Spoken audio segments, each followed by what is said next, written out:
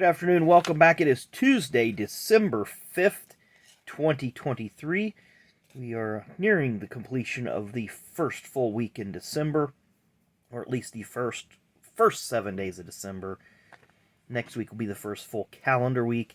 But nonetheless, we have a handful of birthdays to celebrate and a couple of events to talk about.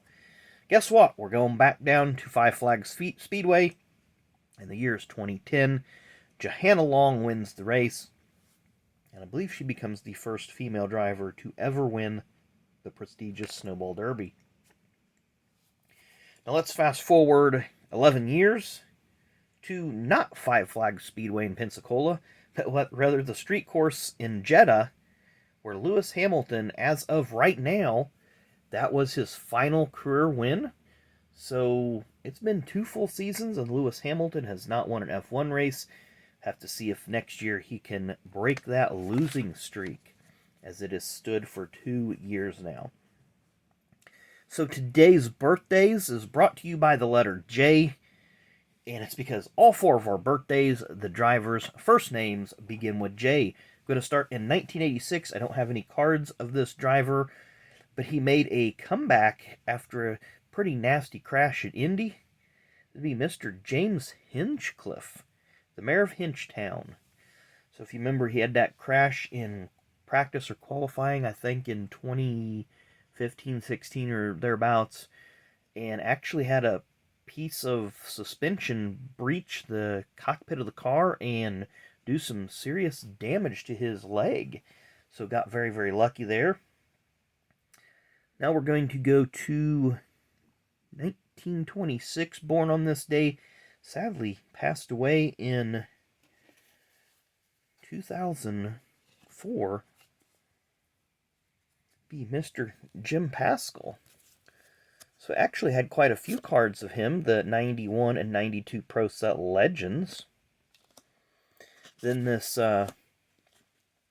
Legends of Racing set has some nice pictures. Then they have the stats on the back. Masters of Racing, not Legends of Racing.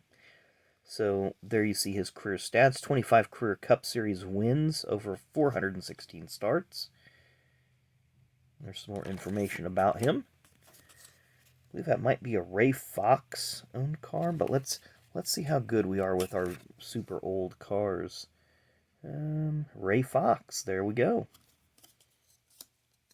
And that's a Petty Enterprises car. Very easy to spot that blue anywhere. He won a few races for Petty Enterprises back in the day. And then we have an AMC Javelin. I really don't remember this portion, but there's some information we can talk about.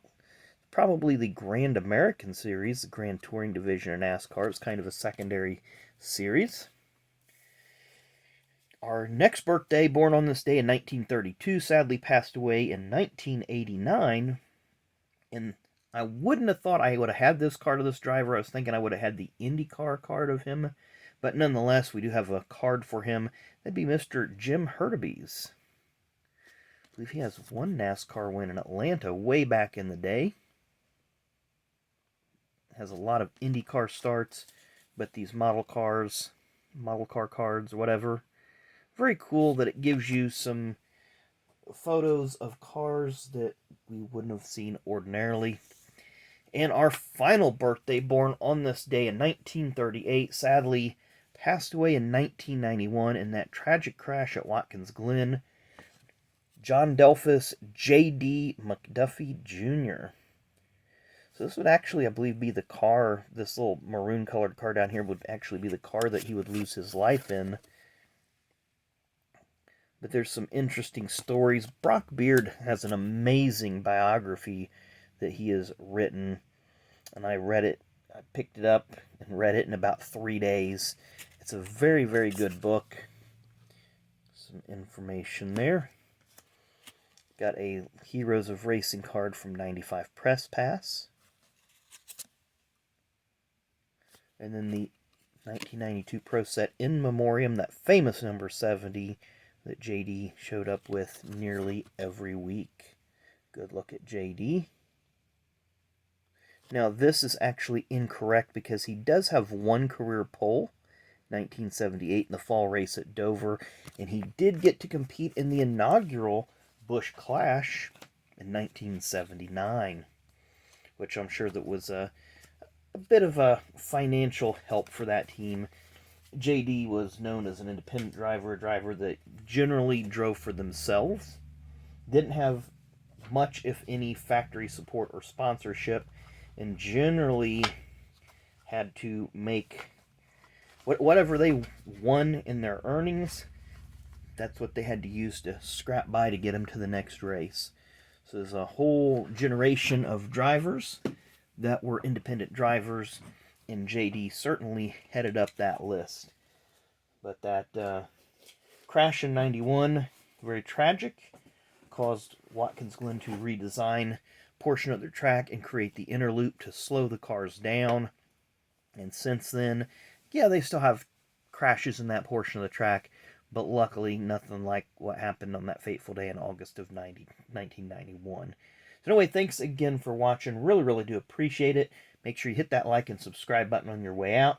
Make sure you come back and see us tomorrow. We do have flea market finds coming up, so looking forward to reviewing some of the diecast in the books that I picked up at the flea market in Kokomo on this past Sunday. Thanks again for watching, and we will see you tomorrow.